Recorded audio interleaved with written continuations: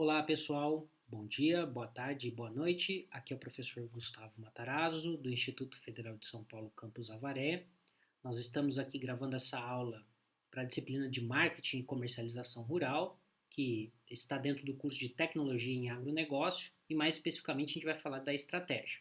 Né? É fundamental a gente entender a estratégia no contexto do marketing, porque a estratégia ela dá os contornos daquilo que a gente vai entender mais para frente como as ações e os planos de ação que estão ali dentro do marketing, certo?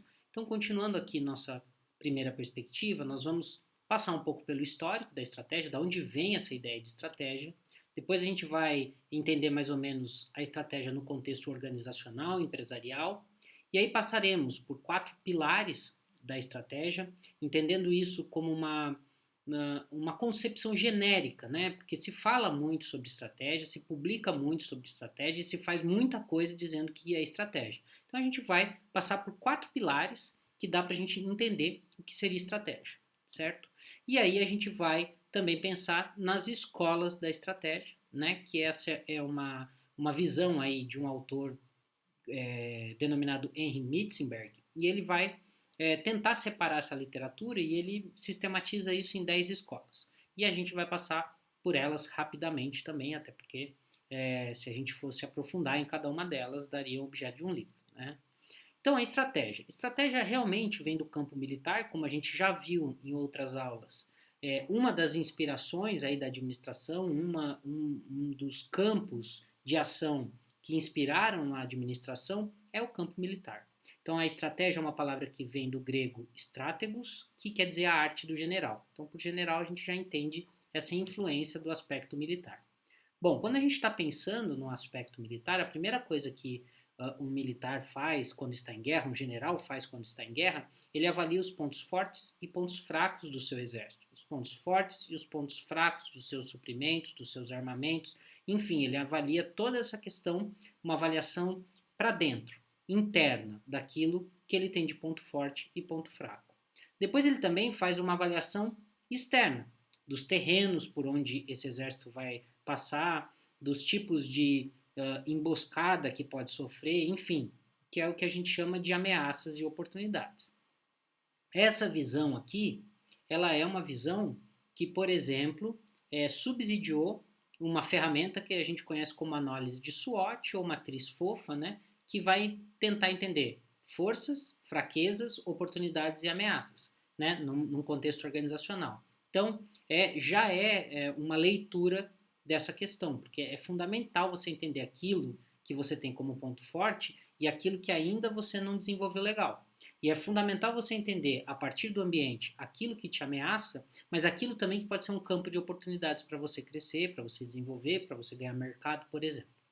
Bom, essa avaliação interna e essa avaliação externa, ela nos dá a possibilidade de fazer previsões, no seguinte sentido: quais são os fatores chaves para que a gente cresça, para que a gente desenvolva, para que a gente se mantenha num determinado mercado, e quais são os fatores críticos que podem interferir na nossa ação enquanto organização, que podem nos trazer problemas, né? E podem influenciar esse posicionamento de mercado que a gente tem. Bom, quando a gente vai para o campo das organizações, aqui trouxe fotos de organizações do negócio, a gente entende uma questão que a partir dos anos 1960, o ambiente competitivo ele se tornou ainda mais competitivo, no seguinte sentido: houve um aspecto nos anos anteriores, mas nos anos 60, ainda mais forte de internacionalização em alguns setores, né? Então você tinha uma concepção ali, isso em todo o mundo, tá? Não no Brasil exclusivamente, mas em todo o mundo. E isso começou a demonstrar o sucesso das grandes organizações, o sucesso que a estratégia desenvolvida e implementada delas trazia para que elas conquistassem mais mercados, para que elas agissem em determinados mercados, porque elas dominassem determinados segmentos. Então, isso, nos anos 60, a estratégia ela deixa de ser cada vez mais, ela deixa de ser um feeling, um sentimento, uma espécie de uma arte ali do gestor, e ela passa a ser um processo. Um processo composto por etapas, um processo composto por implementação e um processo que é formalizado dentro das organizações. Não mais é uma ideia, né? quando a gente está pensando numa pequena organização, frequentemente a estratégia está na cabeça do dono ou dos donos, né? E isso não é formalizado, isso não é pensado, isso não é compartilhado. Mas cada vez que a gente vai pensando em organizações maiores e a gente vai entendendo a complexidade dessas organizações, nós entendemos que é importante esse compartilhamento daquilo que é a estratégia e daquilo que a organização pretende fazer. E isso a gente só se faz com análise de competidores. Quem está no mercado competindo com a gente e aqueles pontos que eu falei para vocês. Quais são nossas forças, nossas fraquezas e o que esse mercado nos traz de oportunidades e ameaças, né? Bom, de forma geral, como esse reality show mostra, as empresas é mais ou menos a mesma coisa, né? As empresas e organizações. O que elas buscam? Num primeiro momento, as organizações elas buscam uma questão de sobrevivência. Não adianta a organização fazer um monte de coisa legal e não conseguir ter sobrevivência, não conseguir ter força para sobreviver. Então, no primeiro momento é sobrevivência. Num segundo momento, nós estamos falando de desenvolvimento de capacidades, de desenvolvimento organizacional, enfim, de vários aspectos que podem ser desenvolvidos dentro das organizações e que podem contribuir aí com as questões organizacionais, com o ganho de mercado, enfim. Então, esse duo aí entre sobrevivência e desenvolvimento é muito importante. Toda vez que a gente for pensar, que a gente estiver trabalhando numa organização e que a gente se colocar para pensar por que essa organização existe, nós vamos chegar nisso. Essa organização existe primeiro para sobreviver e depois para se desenvolver. Bom, então com isso, o processo de formalização das estratégias ele foi se tornando cada vez mais comum. E esse processo de formalização é uma busca por pensar no pensamento, naquelas ideias que estão relacionadas com a estratégia, em como a gente planeja isso em etapas para que aquele pensamento que está frequentemente na cúpula, na diretoria, ele seja desdobrado para as nossas unidades estratégicas de negócio e como a gente faz depois esse planejamento se tornar em ações concretas, que são ações estratégicas. Né? Então, de forma geral, a gente tem esses 4 pilares. A estratégia ela tem objetivos e metas, que é nada mais que uma questão. O que se quer fazer? Nós objetivamos fazer o quê e quais são nossas metas? Bom, esses objetivos e metas, eles não nascem, eles não estão ali num vazio.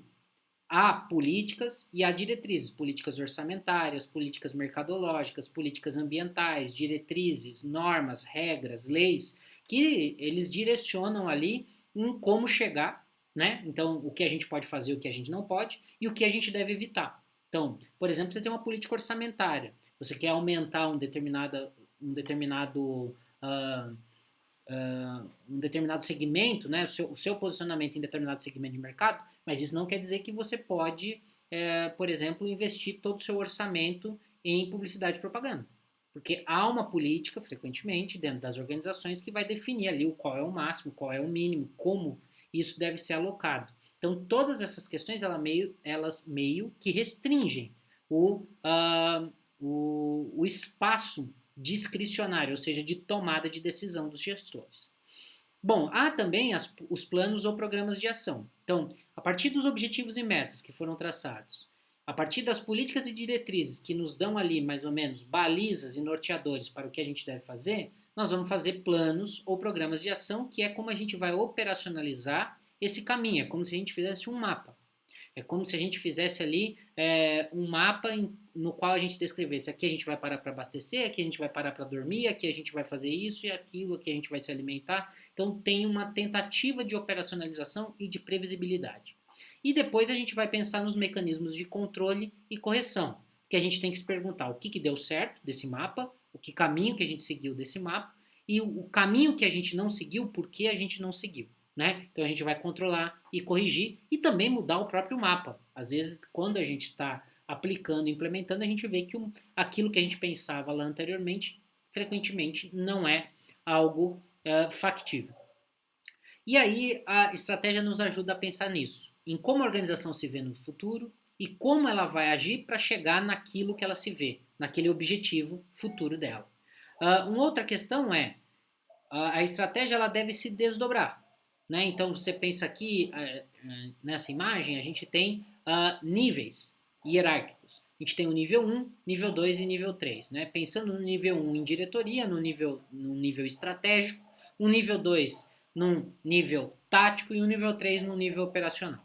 Bom, então a estratégia, de forma geral, na grande maioria dos lugares, ela é definida ali pela cúpula, que está no nível 1, e essas definições elas vão se desdobrando em estratégias funcionais por unidades de negócio, que são nos níveis 2 e 3.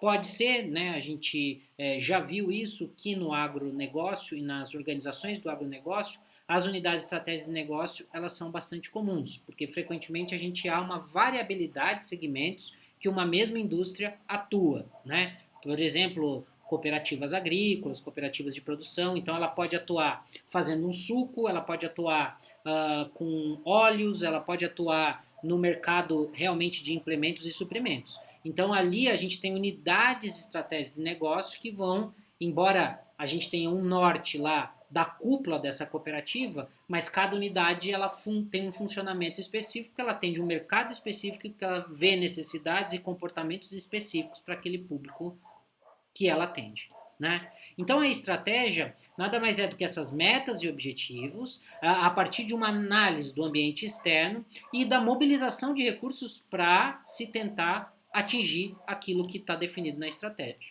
Claro que a gente tem um ponto posterior que é o de controle e avaliação, como a gente falou, que a gente pode até alterar e adaptar esse plano original, reconhecendo aquilo que a gente pensou e que estava errado, a forma que a gente pensou, e reconhecendo aquilo que a gente também não consegue fazer, ou que é muito difícil de fazer por um determinado momento, enfim, e readaptando. Ou pode ser uma questão ambiental que nos faz rever o nosso plano de estratégico e alterá-lo. Né? A pandemia trouxe isso para muitas organizações. Pensem que uma organização em 2018 tinha um plano estratégico para 2019 e quando a gente começa com a pandemia, esse plano frequentemente tem que mudar por N motivos, né, que a gente já sabe o porquê.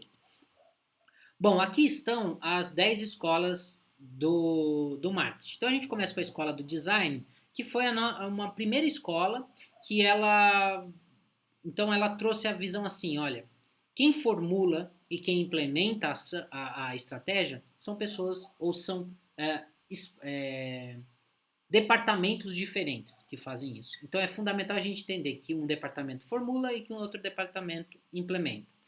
Entre outras coisas, contribuiu com a análise SWOT, né, ou traduzindo matriz fofa, e fez essa busca ou essa importância, assinalou a importância da análise dos ambientes interno e do ambiente externo.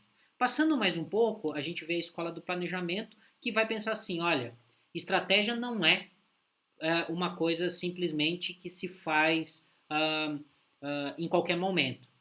Estratégia é parte de um processo formal com etapas e que pode se desdobrar em outros tipos de planejamento, como orçamentário, como a gestão de programas e projetos, como um planejamento de gestão de pessoas, por exemplo. Aí passamos para a escola do posicionamento, que vai pensar assim, olha, embora haja, né, uma quantidade grande de estratégias no mercado, em vários setores, mas a gente pode diferenciar, e aqui são ideias de Michael Porter, né, a gente pode diferenciar em 3 grandes estratégias genéricas. A estratégia de diferenciar o produto, a estratégia de dominar o mercado pelos custos e a estratégia de focalizar em um nicho de mercado bastante específico. Há também a escola empreendedora, que vai dizer assim, embora vocês falem muito do ambiente, embora vocês falem muito do processo formal e das estratégias genéricas que tem, nós temos que reconhecer o papel do líder empreendedor e temos que reconhecer que há motivações desse líder para tocar e desenvolver esse processo de mudança de estratégia, um processo de construção de estratégia. Bom, ainda influenciada por essa escola empreendedora, temos a escola cognitiva, que aí vai dizer, além desse papel pessoal, nós temos que pensar na psicologia cognitiva utilizada. Quais são os modelos mentais utilizados pelos estrategistas? Como eles analisam isso? Como é realizada essa análise subjetiva que, de repente, 2 organizações muito parecidas implementam estratégias diferentes e acabam tendo resultados completamente diferentes. Isso está muito relacionado ao modelo ou aos modelos mentais desses estrategistas dentro do mercado.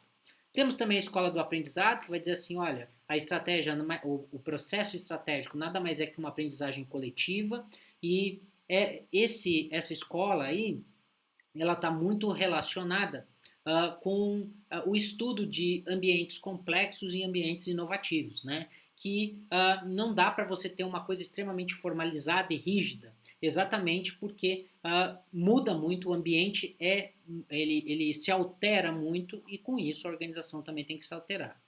Bom, essa escola então é complementada com a escola do poder, que vai dizer assim: falamos de processo, falamos de alternativas genéricas, falamos do líder estrategistas, falamos da psicologia cognitiva relacionada, falamos da coletividade, né, da aprendizagem coletiva que acontece num processo de formulação de estratégia, mas entre isso há poder e política. Para construir uma estratégia, você tem que negociar entre as várias partes, entre os vários departamentos, entre as várias ideias. Então, poder e política é um dueto fundamental para a gente entender. Depois, a escola cultural, que vai dizer assim: além de tudo isso, a cultura é um reflexo das crenças e interpretações comuns dos membros das organizações. Entender a cultura é fundamental para entender como que a estratégia está sendo desenvolvida. A escola ambiental, a penúltima, que vai dar um enfoque especial no ambiente externo, dizendo assim, não adianta nada a gente ter esse foco no ambiente interno, só esse foco no ambiente interno, se lá fora pode mudar alguma coisa e aí a gente não conseguir se adaptar. Então ele vai entender a estratégia como essa reação às mudanças e essa capacidade adaptativa que as organizações têm que ter ao ambiente. E por último, a escola da configuração, que vai dizer o seguinte: um bom estrategista é aquele que lê todo esse conjunto de possibilidades de estratégia que tem e pensa aquelas estratégias que são melhores, ou aquelas estratégias que ele julga que são mais cabíveis para o contexto de atuação das empresas e para as mudanças que ocorrem no ambiente dessas organizações.